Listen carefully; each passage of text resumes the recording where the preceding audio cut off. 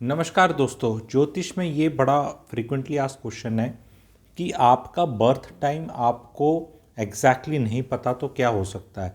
भाई आधा घंटा, पौना घंटा, 1 घंटे का इधर उधर है।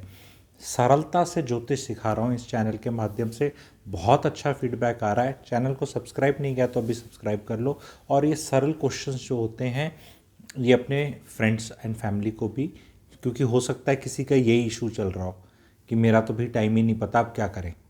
तो अगर आपको टाइम नहीं पता तो हम ये प्रिज्यूम करते हैं कि आपको डेट तो पता है, साल तो पता है, महीना तो पता है, टाइम नहीं पता कि सुबह 5 बजे था, 5:30 था, या रात को 2:30 बज रहे थे, पौने 3 थे, 3 थे, मतलब इसमें अंदेशा है। तो इसका एक बेसिक चीज़, एक चीज़ होती है बर्थ टाइम रेक्टिफिकेशन, जो एक एस्ट्रोलॉजर कराता है।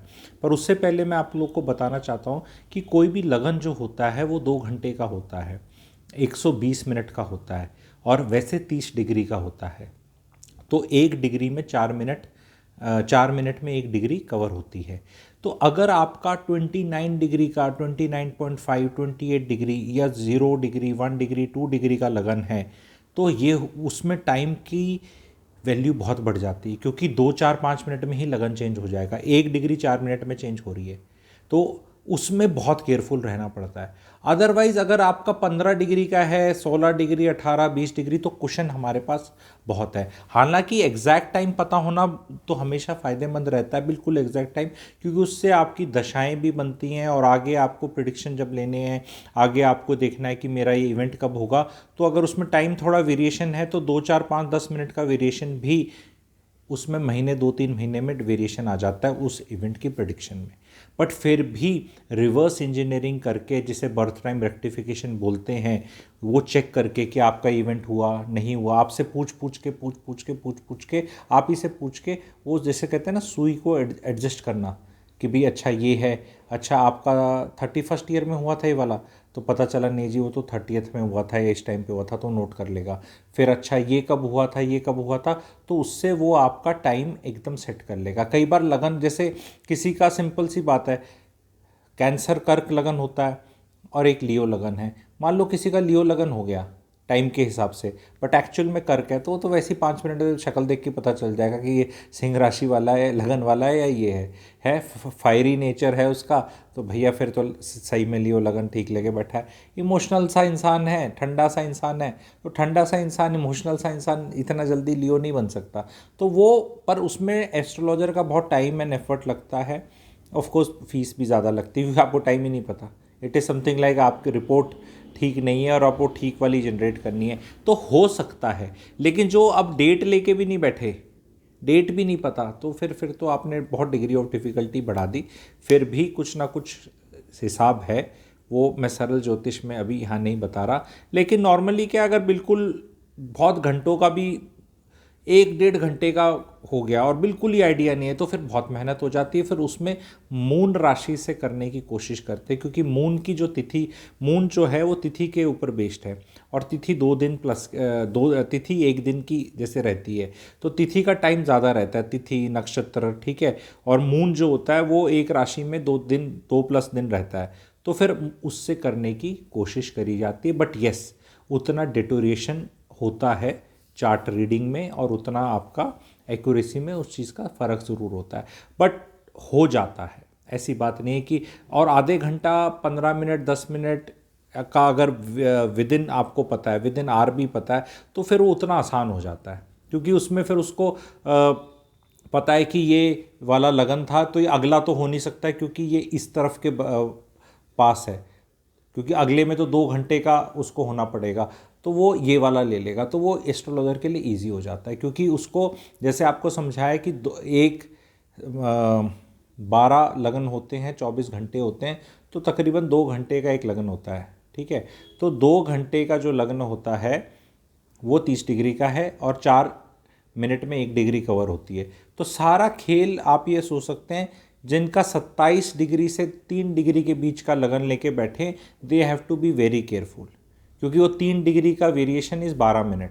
तो 12 मिनट टाइम इधर या उधर हुआ तो लगन चेंज हो सकता है। और जो 29 और 30 बिल्कुल ही कस्प पे है, बिल्कुल 0 पॉइंट समथिंग पे, तो उनका बहुत केयरफुल होना पड़ता है।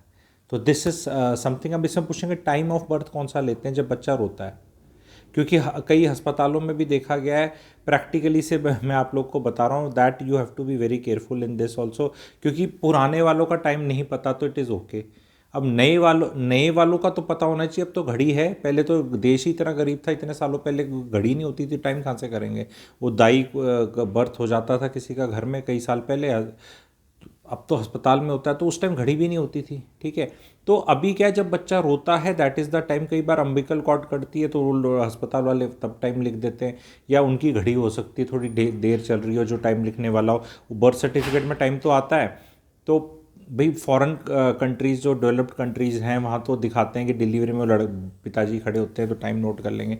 इंडिया में ये अभी कल्चर नहीं है, तो somebody can be very near and have that time, या कैन से कि भैया मैं ये मेरी वाली घड़ी में ये वाली घड़ी है, जब बच्चा रोए तो एक बार टाइम देख लेना, क्योंकि उसमें सेकंड्स तक भी आप सही जा सकते हो, और अगर कोई सेकंड्स तक सही चला गया तो बल्ले बल्ले है फिर तो इतना एफर्ट, थोड़ा एफर्ट डालना पड़ेगा। इतनी टेक्नोलॉजी है आज के दिन, वो बच्चे का वैं वैं वैं, वो पहला वैं वैं वैं इज़ द बर्थ टाइम, निकलते ही जब वो होता है, ठीक है। अब तो that is your birth time. तो थोड़ा सा एफर्ट डालें, नोट करने की कोशिश करें।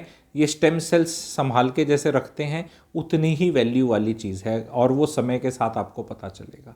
जैसे स्टेम सेल्स मदद कर सकते हैं और वो सब तामझाम इस तरह की चीज़ें रखते हैं, आजकल टेक्नोलॉजी आ गई है, तो टाइम का पता कर लो। मेरे को बड़ा आश्चर्य होता है, कोई 1960s 50s का बर्थ है, नहीं टाइम लिया, 70s का भी चलो नहीं लिया उस टाइम पे, पर यार अभी 2000s में हो रहे हैं और अभी भी नहीं टाइम ले पा रहे, तो ये तो फिर ऐसा है कि भाई टाइम तो ले लो।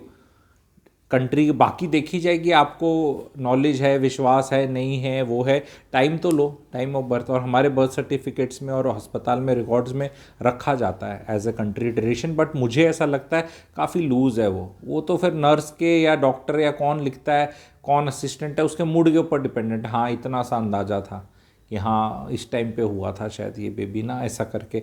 तो उसको फुल प्रूफ बनाए लड़के या लड़की का जो बच्चा पैदा हो रहा है उसके पिताजी, कि माता जी को तो बेचारी को क्या पता उसका तो वो तो वहाँ पे she is delivering the child. तो कोई रिश्तेदार होते हैं, थोड़ा सा एफर्ट डाल लें, ज़्यादा नहीं, थोड़ा सा एफर्ट डाल लेंगे, आपको टाइम पता चल जाएगा, कोई दिक्कत नहीं है उसमें। जो भी उसमें नर्स अंदर जा रही है या वो है, उनसे पूछ लो कि यार ये टाइम कैसे लिखते हो तुम लोग, क्योंकि ज़्यादातर प्रैक्टिकली सब अपना उल्टा सीधा टाइम लेके चल रहे हैं, एंड कईयों का टाइम कई मिनट्स आउट है, तो उससे फिर चीज़ें थोड़ी आउट हो जाती, तो फिर बोलते अरे तूने सही नहीं बताया, तूने टाइम से नहीं बताया। अब वो बोलेगा जो टाइम से बताएगा, अब तुम रिपोर्ट ऊपर नीचे लेकर आ जाओगे तो डॉक्टर फिर उस रिपोर्ट के हिसाब से ही तो बताएगा, तुम्हें बर्थ टाइम ही नहीं पता लोगों को।